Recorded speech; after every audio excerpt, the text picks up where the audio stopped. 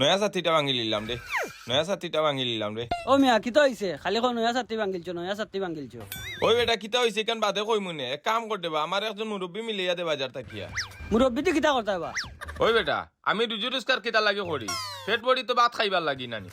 আমি সারাদিনে কাম করিয়া বাড়ির খান্দা তাইছি, আইয়া দেখি আমার বুয়ে কিতা করছে উচা করি ফিলটো ভাত আর তরকারি লইয়া তাই খা।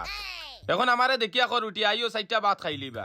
আমি তো বেটা রুজিও করছি, আমার পেটে যতটা যারে অতটা আমি খাইতাম নানি। এর বাদেও তো বেটা আমার গুসা উঠে গেছে, আর আতর খান্দা ছাতি আছিল তাই কয়টা বাড়ি দিলে আইছি। এখন তাই কিতা করছে বেটা তাই বাড়িত ফোন দিয়া মানুষ আনানি লোয়া। এখন আমি কইলাম তে আমিও মুরব্বী কয়জন লিয়া বাড়িত যাই কি।